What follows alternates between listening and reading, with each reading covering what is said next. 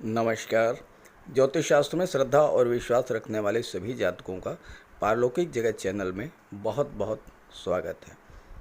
12 जुलाई 2022 कर्म फलदाता न्याय के देवता शनिदेव राशि परिवर्तन करके पुनः मकर राशि में गोचर कर चुके हैं और शनिदेव के मकर राशि में गोचर करते ही तुला राशि के जातकों पर शनि की ढैया एक बार फिर से शुरू होगी और 17 जनवरी 2023 को शनि की ढैया समाप्त होगी। हालांकि शनि की ढैया बीच में लगभग 2.5 महीने के लिए हट गई थी, जब शनिदेव का गोचर कुंभ राशि में हुआ था 29 अप्रैल से 12 जुलाई तक, तो आपने कुछ राहत महसूस की होगी। लेकिन एक बार फिर से शुरू हो रही है ढैया। हालांकि ये ढैया जो है बहुत ज़्यादा प्रभावी नहीं होगी, क्योंकि इस समय ग्रह स्थितियां पूरी तरह से बदल चुकी हैं। ग्रह का गोचर किस राशि में है ये तो प्रभावित करता ही है, लेकिन इसके साथ साथ ग्रह का गोचर किस नक्षत्र में हो रहा है ये बात भी उतनी ही महत्वपूर्ण हो जाती है। और इस बार शनि का गोचर मंगल के धनिष्ठा नक्षत्र में हो रहा है और साथ ही साथ आपकी कुंडली में देवगुरु भी विपरीत राजयोग बना रहे हैं और देवगुरु और शनिदेव का सममैत्री संबंध है। इसके अलावा इस बार राहु भी बहुत महत्वपूर्ण भूमिका में है, क्योंकि राहु शनि के जैसा ही फल देते हैं और राहु का गोचर शुक्र के नक्षत्र भरणी नक्षत्र में हो रहा है और शुक्र, शनि और राहु तीनों ही बहुत गहरे मित्र हैं।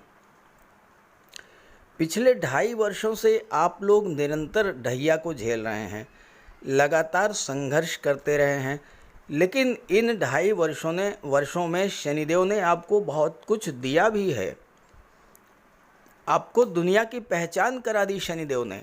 कौन अपना है, कौन पराया है, कौन दूर रह कर के भी अपनों से बढ़कर मदद करता है और कौन नज़दीक रह कर के भी परायों जैसा व्यवहार करता है, इसकी बहुत अच्छे से पहचान कर ली होगी आपने।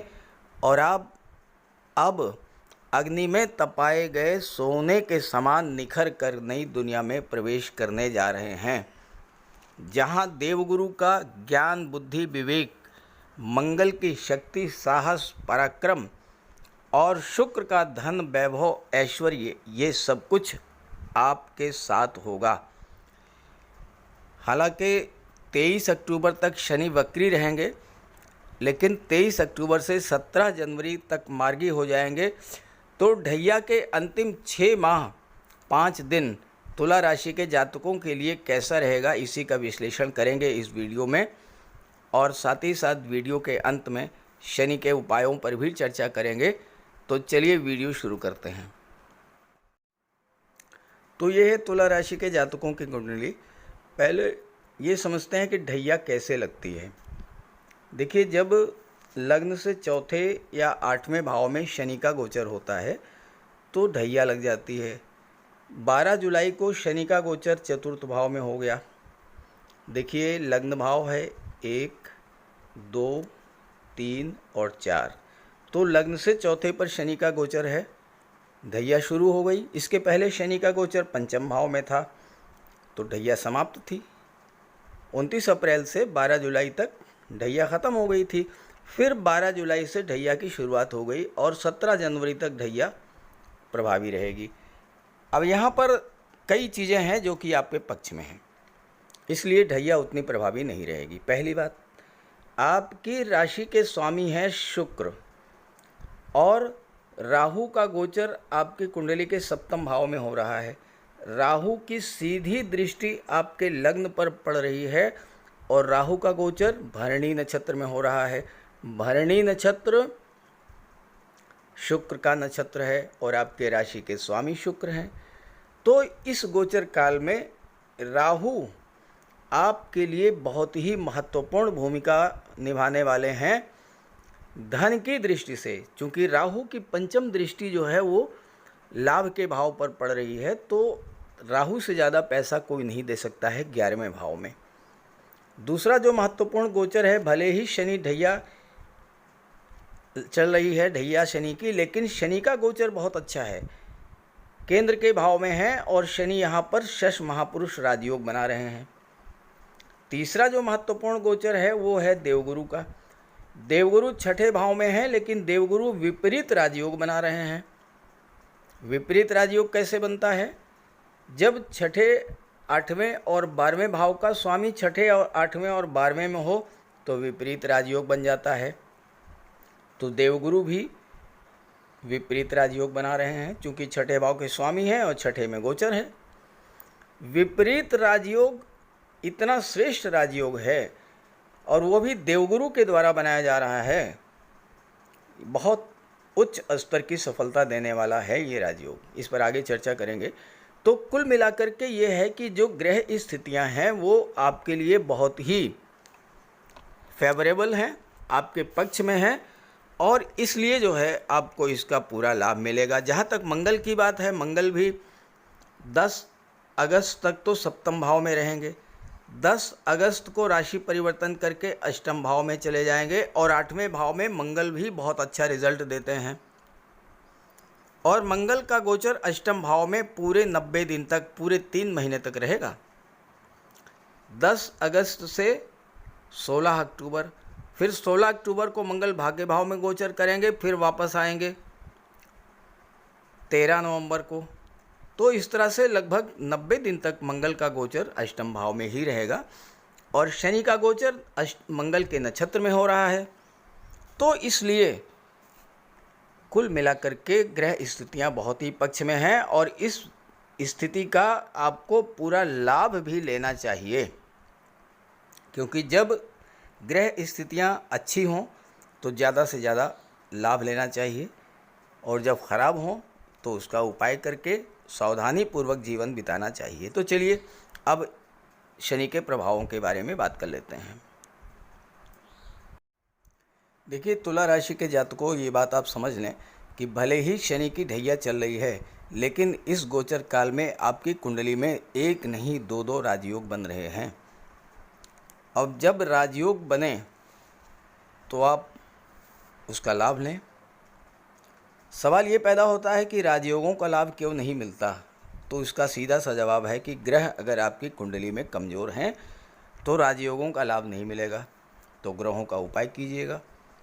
दूसरी बात, इस समय आप अपनी जन्म कुंडली को देखिए। आपके जीवन में अगर शनि की, देवगुरु की, राहु की या मंगल की भी, इन चारों में से किसी की भी महादशा या अंतर्दशा चल रही हो तो ये शनि की ढैया आपको बहुत कुछ लाभ दे करके जाएगी। शनि शश योग बना रहे हैं और चौथे भाव में बना रहे हैं। शश योग व्यक्ति को जीवन के हर क्षेत्र में सफलता देने वाला योग होता है। आप कोई भी कार्य कर रहे हों, चाहे वो गवर्नमेंट जॉब हो, प्राइवेट जॉब हो, व्यापार व्यवसाय हो, ज्योतिष हो, शिक्षण कार्य हो, कॉरपोरेट जगत से आप जुड़े हुए हों, सभी क्षेत्र में आपको उच्च स्तर की सफलता दिलाने वाला योग होता है। शनि की दृष्टि कुंडली के दशम भाव पर पड़ेगी और देवगुरु जो कि राजयोग बना रहे हैं, देवगुरु की भी दृष्टि दशम भाव पर पड़ेगी, जहाँ से आपके जॉब, कैरियर और प्रोफेशन का विचार किया जाता है।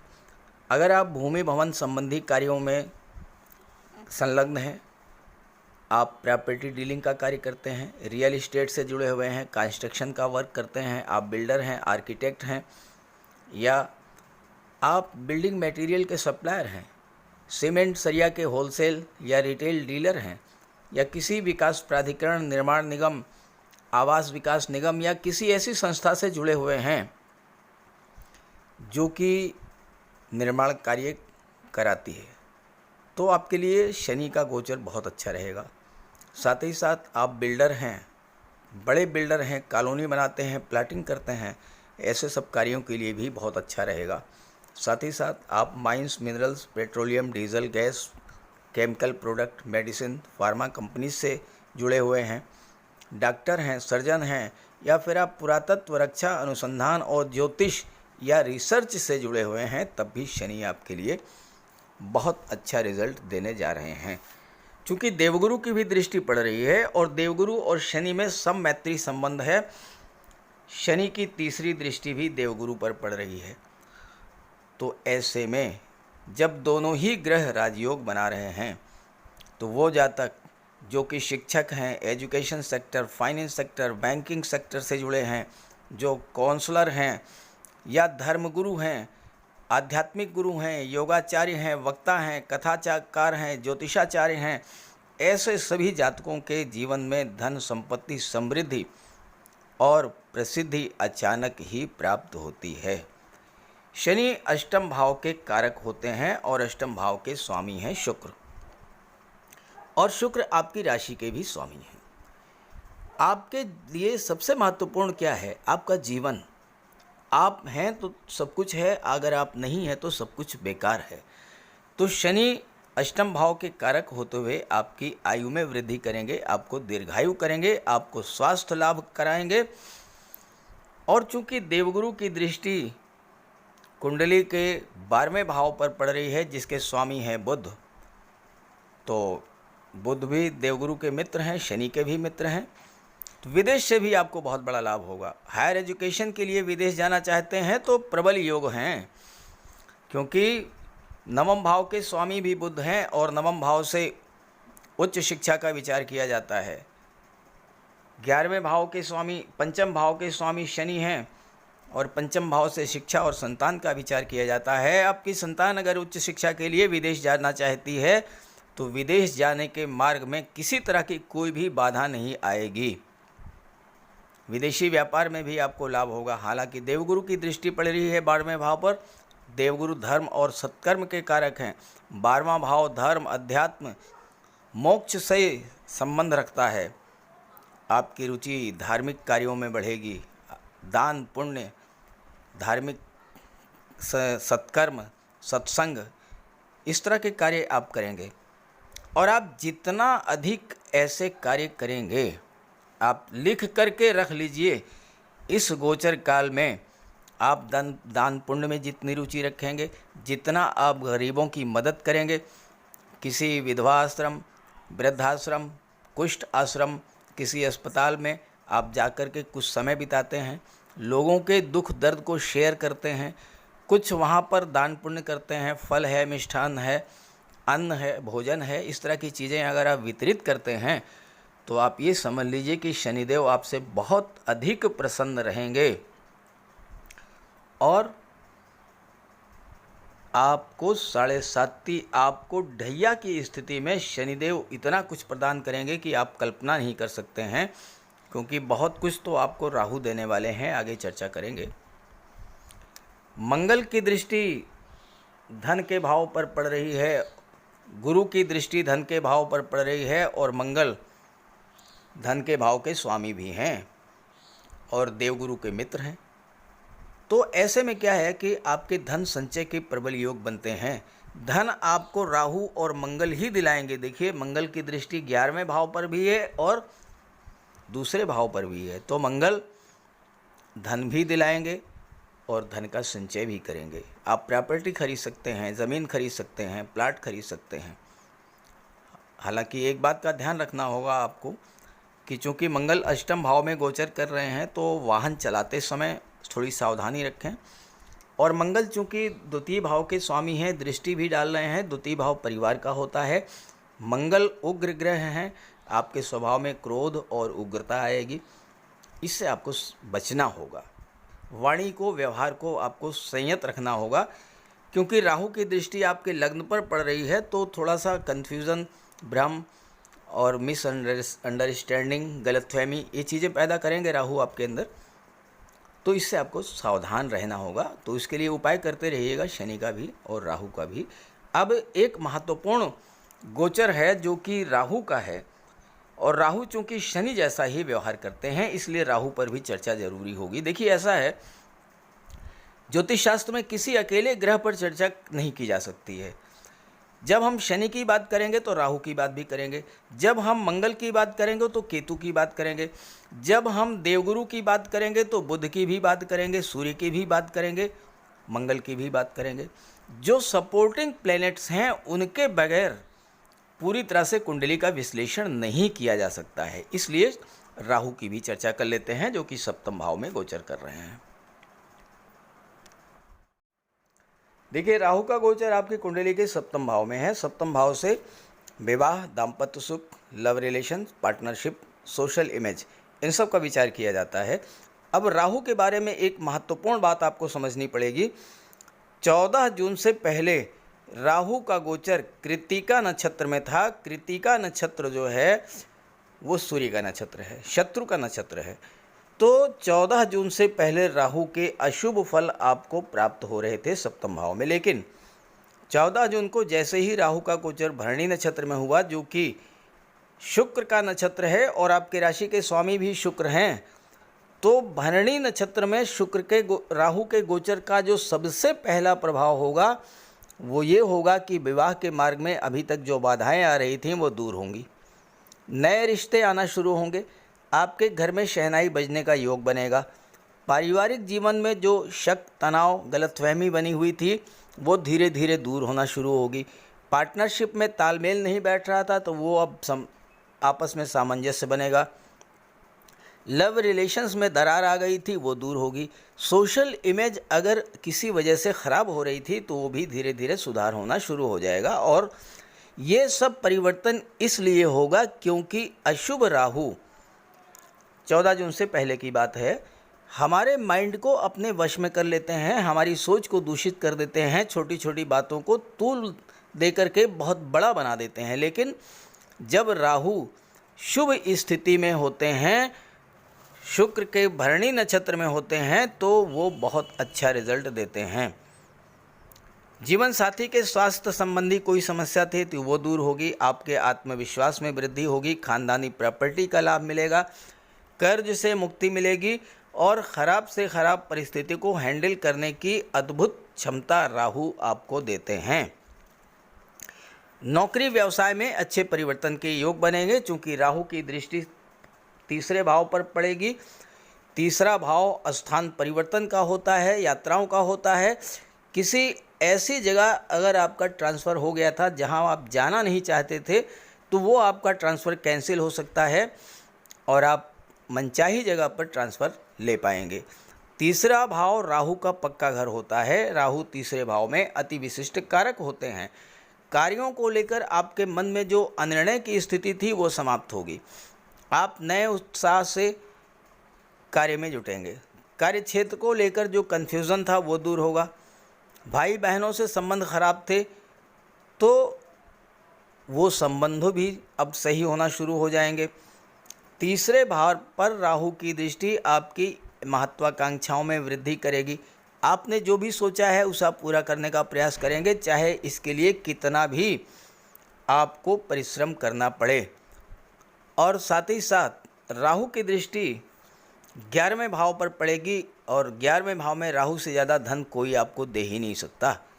तो अचानक से आपको धन की प्राप्ति करा देंगे राहु। मोटा पैसा मिलेगा, शेयर, सट्टा, लॉटरी, कोई आपका ऐसा पैसा जो कि गवर्नमेंट के पास फंसा हुआ था वो मिल जाएगा। ऐसा पैसा जिसे आपने किसी को उधार दिया था वो पैसा आपको मिल जाएगा। 11वां भाव लाभ का भाव होता है। राहु आपको संतान की प्राप्ति भी करा देंगे, विवाह भी करा देंगे और विवाह के बाद आपकी भाग्योन्नति होगी और धन भी प्राप्त होगा। भाग्य भाव के स्वामी बुध हैं और 12वें भाव के स्वामी भी बुध हैं और बुध राहु के मित्र हैं, तो विदेशों से धन भी प्राप्त होगा। विदेश यात्राएं भी आप करेंगे और उच्च शिक्षा के लिए भी विदेश जाएंगे। और आपकी कुंडली में देवगुरु विपरीत राजयोग बना रहे हैं और देवगुरु की दृष्टि भी 12वें भाव पर पड़ रही है, तो विदेश से बहुत बड़ा लाभ आपको मिलेगा। तो इस तरह से शनि की ढैया भले ही शुरू हो रही है, लेकिन शनि की ढैया इस बार आपको बहुत बड़ा लाभ दे करके जाएगी और इसके लिए आप शनि का उपाय अवश्य करें। तो बात करते हैं शनि के उपायों पर। ज्योतिष शास्त्र में कहा गया है कि शनि जिस पर प्रसन्न होते हैं, यानी जिसका शनि ग्रह मजबूत स्थिति में होता है, तो शनिदेव रंक से राजा बना देते हैं। और शनि अगर कमज़ोर हुए, खराब हुए, तो राजा भी रंक हो जाता है। शनि के मजबूत होने से लोहा, मशीनरी, कारखाने से जुड़े व्यापार में तरक्की होती है, कोर्ट केस में विजय मिलती है, कार्यों में सफलता प्राप्त होती है, सांसारिक समस्याओं से मुक्ति मिलती है। और शनि को न्याय का प्रतीक माना गया है। यदि शनिदेव मजबूत हैं तो आपके साथ अन्याय नहीं होता। जब शनि खराब होते हैं तो बड़े से बड़े कष्ट झेलने पड़ते हैं। तो बात करते हैं शनि के उपायों के बारे में। ऐसा कोई भी कार्य ना करें जो कि शनि को पसंद नहीं है। शनिदेव को इलीगल कार्य पसंद नहीं है। झूठ, फरेब, छल, कपट, धोखाधड़ी, बेईमानी, ये सब शनिदेव को पसंद नहीं है। शनिदेव को परिश्रम, अनुशासन और व्यवस्था पसंद है। तो ऐसे कार्य कीजिए। गरीबों की मदद कीजिए, बुजुर्गों, दिव्यांगों को भोजन दीजिए, वस्त्र का दान कीजिए, किसी ओल्ड एज होम में जाकर के, किसी अनाथालय में जाकर के दान पुण्य का कार्य कीजिए। तो इससे शनि को बल मिलेगा। अगर आपका शनि कमज़ोर है तो आपको कम से कम 19 शनिवार व्रत रखना चाहिए। और इसके साथ साथ शनिवार के दिन एक कटोरी में सरसों का तेल लेकर उसमें अपना चेहरा देखिए और उस तेल को किसी को दान कर दीजिए। इसके अलावा शनिवार के दिन एक पात्र में जल, दूध, चीनी, काला तिल और गंगा जल ये रख लीजिए। इसके बाद पश्चिम दिशा की ओर मुँह करके पीपल के वृक्ष को अर्पित कर दें। इससे भी शनि को बल मिलता है। शनिवार के दिन उड़द से बनी पंजीरी, पकौड़ी, चीला, बड़ा ये सब खाना चाहिए। सरसों के तेल में बने भोज्य पदार्थ ग्रहण करना चाहिए। इससे शनि ग्रह को ताकत मिलती है। केले का भी आप सेवन कर सकते हैं। और शनिवार के दिन कंबल, जूता, चप्पल, लोहा, काले कपड़े और नारियल जटा वाला ये भी आप दान कर सकते हैं। सरसों का तेल का दान कर सकते हैं। और अगर शनि कमज़ोर है तो आपको नीलम धारण करना चाहिए, लेकिन इसके लिए किसी आप योग्य ज्योतिषी की मदद ले लें। तो ये सब उपाय आप करेंगे तो आपको बहुत बड़ा लाभ मिलेगा। नमस्कार।